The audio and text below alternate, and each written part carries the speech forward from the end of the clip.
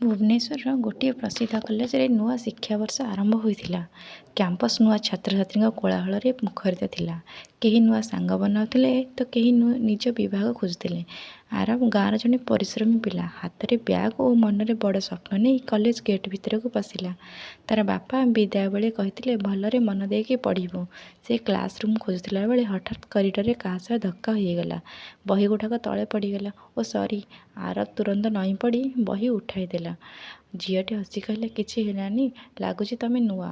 ହଁ, ମୋ ନାଁ ଆରବ। ମୁଁ ନନ୍ଦିନୀ। ଚାଲ ମୁଁ ତୁମକୁ ତମ କ୍ଲାସ୍ ଦେଖାଇ ଦେଉଛି। ସେହି ଛୋଟ ପରିଚୟ ଧୀରେ ଧୀରେ ବନ୍ଧୁତାରେ ପରିଣତ ହେଲା। ପ୍ରତିଦିନ ସକାଳେ ଦୁହେଁ ଲାଇବ୍ରେରୀ ସାମ୍ନାରେ ଦେଖା ହେଉଥିଲେ।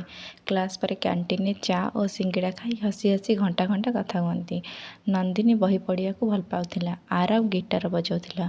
ଗୋଟିଏ ସନ୍ଧ୍ୟାରେ କଲେଜ ବଗିଚାରେ ବସିଥିବା ବେଳେ ନନ୍ଦିନୀ ପଚାରିଲା, ତୁମର ସବୁଠାରୁ ବଡ଼ ସ୍ୱପ୍ନ କ'ଣ? ଆରବ କିଛି କ୍ଷଣ ଚୁପ୍ ରହିଲା। ଏମିତି ଜୀବନ ଗଢ଼ିବା, ଯେଉଁଠାରେ ମୋ ପରିବାର ଗର୍ବ କରିବେ। ଆଉ ଯଦି ଭାଗ୍ୟ ସାଥ ଦିଏ, ସେହି ଜୀବନରେ ତୁମେ ମଧ୍ୟ ରହିବ।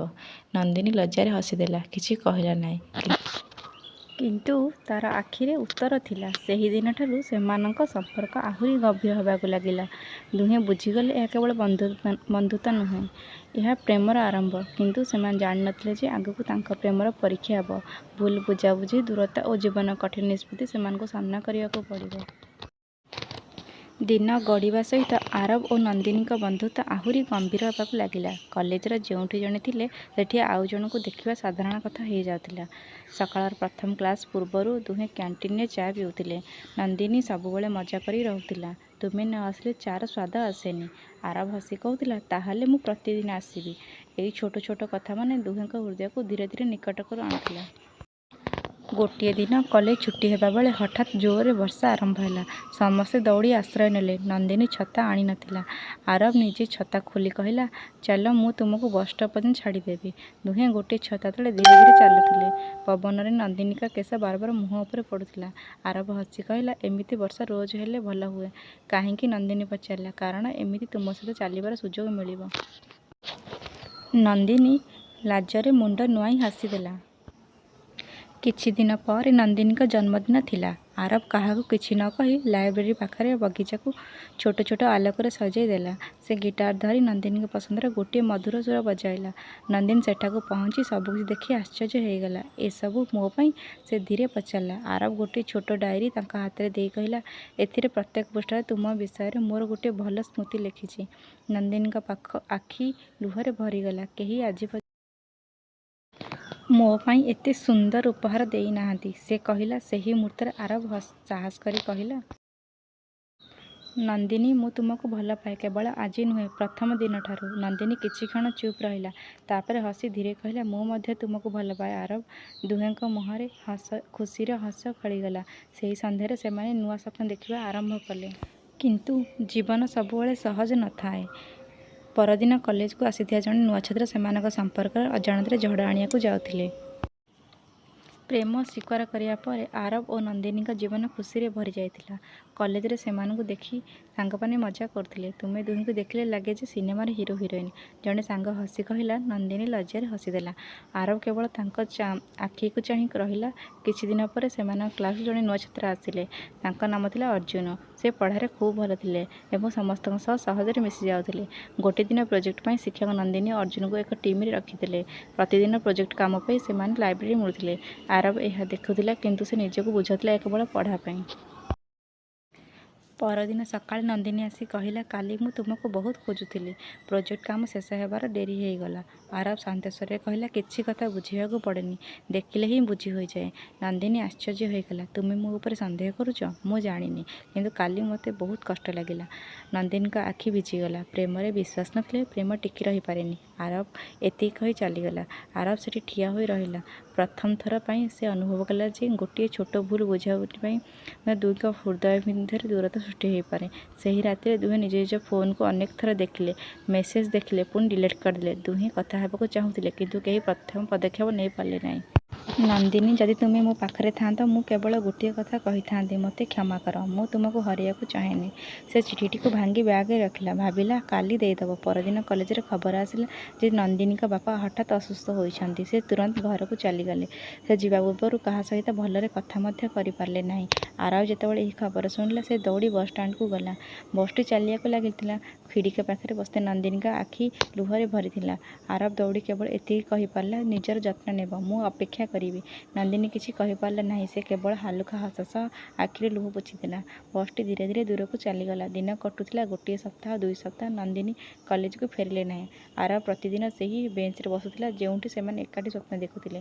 ତା'ର ଫୋନ୍‌ରେ ନନ୍ଦିନୀଙ୍କ ନାମ ଥିଲା। କିଛି ସପ୍ତାହ ପରେ କଲେଜ ପୁଣି ଆଗରୁ ଭଳି ଚାଲିଲା। କିନ୍ତୁ ଆରବ ପାଇଁ ସବୁକିଛି ଅଧୁରା ଲାଗୁଥିଲା। ସେ ହସୁଥିଲା କିନ୍ତୁ ମନରେ ଶୂନ୍ୟତା ଥିଲା। ସେହି ସନ୍ଧ୍ୟାରେ ହଠାତ୍ କଲେଜ ଗେଟ୍‌ରେ ଗୋଟିଏ କାର୍ ଆସି ପହଞ୍ଚିଲା। ନନ୍ଦିନୀ ଫେରି ଆସିଥିଲେ। କିନ୍ତୁ ସେ ପୂର୍ବ ପରି ନଥିଲେ। ତାଙ୍କ ଆଖିରେ ଗଭୀର ଚିନ୍ତା ଥିଲା, ମୁହଁରେ ଗମ୍ଭୀରତା। ଆରବ ତାକୁ ଦେଖି ଦୌଡ଼ିଲା। ତୁମେ ଫେରିଲ? କେମିତି ଅଛନ୍ତି ତୁମ ବାପା? ନନ୍ଦିନୀ ଶାନ୍ତ ଭାବରେ କହିଲା, ସେ ଏବେ ଭଲ ଅଛନ୍ତି। କିନ୍ତୁ ମୋତେ ତୁମକୁ କିଛି କହିବାର ଅଛି। ନନ୍ଦିନୀ ଗଭୀର ଶ୍ୱାସ ନେଲେ। ଆରବ, ଯେତେବେଳେ ମୁଁ ଘରକୁ ଗଲି ସେଠାରେ ମୋ ବାପା ମୋ ପାଇଁ ଗୋଟିଏ ସମ୍ପର୍କ ଠିକ୍ କରିଥିଲେ। ଆରବ ଚୁପ୍ ହୋଇଗଲା। ମୁଁ ଚାହୁଁନି ତୁମ ପରିବାର ଚାପ। ତାଙ୍କ ଆଖି ଭିଜିଗଲା। ଆରବ ଧୀରେ ପଚାରିଲେ, ତୁମେ କ'ଣ ନିଷ୍ପତ୍ତି ନେଲ? ନନ୍ଦିନୀ କହିଲା, ମୁଁ ସେ ସମ୍ପର୍କ ଭାଙ୍ଗି ପାରିଲି ନାହିଁ। କିନ୍ତୁ ମୋ ପରିବାର ମୋତେ ବହୁ ଚାପ ଦେଉଛନ୍ତି। ନନ୍ଦିନୀ ଆଉ ଗୋଟିଏ କଥା କହିଲେ, ସେମାନେ ଚାହୁଁଛନ୍ତି ମୁଁ କଲେଜ ଛାଡ଼ି ଘରକୁ ଫେରିଯାଏ। ଆରବଙ୍କ ପାଦତଳୁ ମାଟି ସରିଗଲା। ନା, ଏହା ହୋଇପାରିବନି, ସେ ଧୀରେ କହିଲା। ନନ୍ଦିନୀ ତାଙ୍କୁ ଚାହିଁ କହିଲେ, ମୁଁ ଜାଣିନି ଆଗକୁ କ'ଣ ହେବ। କିନ୍ତୁ ଗୋଟିଏ କଥା ନିଶ୍ଚିତ, ମୁଁ ତୁମକୁ ଭୁଲି ପାରିବି ନାହିଁ। ଆରବ କିଛି କହିପାରିଲା ନାହିଁ। ସେ କେବଳ ତା'ର ହାତକୁ ଧୀରେ ଧରିଲା। ଯଦି ଭାଗ୍ୟ ଆମକୁ ଅଲଗା କରିଦିଏ ତେବେ ମଧ୍ୟ ମୋ ପ୍ରେମ କେବେ କମିବ ନାହିଁ। ନନ୍ଦିନୀ କାନ୍ଦି ପଡ଼ିଲେ। ମୁଁ ଭୟ କରୁଛି ଆମେ ଆଉ କେବେ ମିଳିବୁ କି ନାହିଁ। ଆରବ ହସି କହିଲା, ପ୍ରେମ ଯଦି ସତ୍ୟ ହୁଏ, ଦୂରତା କେବେ ଶେଷ ହୁଏନି। ସେହି ସମୟରେ ପବନ ଜୋରରେ ବହିଗଲା। ଯେମିତି ସେମାନଙ୍କ ସମ୍ପର୍କ ଆଉ ଏକ ପରୀକ୍ଷାରେ ପକାଇ ଦେଉଥିଲା। ତାଙ୍କ ସହ ଆସିବ ଏମିତି ଗୋଟିଏ ସତ୍ୟ ଯାହା ଆରବ ଜୀବନକୁ ବଦଳାଇ ଦେବ। ନନ୍ଦିନୀଙ୍କ କଥା ଶୁଣିବା ପରେ ଆରବଙ୍କ ମନ ଭାଙ୍ଗିଗଲା। କଲେଜ କ୍ୟାମ୍ପସ୍ ଆଗରୁ ଯେପରି ଖୁସିରେ ଭରିଥିଲା, ଏବେ ସେହି ଜାଗା ଶୂନ୍ୟ ଲାଗୁଥିଲା। ନନ୍ଦିନୀ ପରବର୍ତ୍ତୀ ଦିନଠାରୁ କଲେଜ ଆସିବା କମ୍ କରିଦେଲେ। ଘରର ଚାପ, ପରିବାରର ନିଷ୍ପତ୍ତି ସବୁ ତାଙ୍କ ଭିତରେ ଭାଙ୍ଗୁଥିଲା। ଆରବ ପ୍ରତିଦିନ ସେହି ବେଞ୍ଚରେ ବସୁଥିଲା ଯେଉଁଠି ସେମାନେ ପ୍ରଥମେ ସ୍ୱପ୍ନ ଦେଖିଥିଲେ। କିନ୍ତୁ ଏବେ ସେଠାରେ କେବଳ ନୀରବତା ଥିଲା। ଗୋଟିଏ ସନ୍ଧ୍ୟାରେ ନନ୍ଦିନୀ ଆସିଲେ। ତାଙ୍କ ଆଖିରେ ଲୁହ, ମନରେ ଭାର। ଆରବ, ମୋତେ ଯିବାକୁ ପଡ଼ିବ, ସେ ଧୀରେ କହିଲେ। ଆରବ ଚୁପ୍ ହୋଇଗଲା। କିଛି କହିବାକୁ ଶବ୍ଦ ମିଳୁନଥିଲା। ମୋ ପରିବାର ମୋ ପାଇଁ ନିଷ୍ପତ୍ତି ନେଇସାରିଛନ୍ତି। ମୋ ବିବାହ ଅନ୍ୟଠାରେ ଠିକ୍ ହୋଇଛି, ସେ କହିଲେ। ସେ କଥା ଶୁଣି ଆରବଙ୍କ ଦୁନିଆ ଭାଙ୍ଗିଗଲା। ତୁମେ ଯାଉଛ ଏତେ ସହଜରେ? ଆରବ କଷ୍ଟରେ ପଚାରିଲା।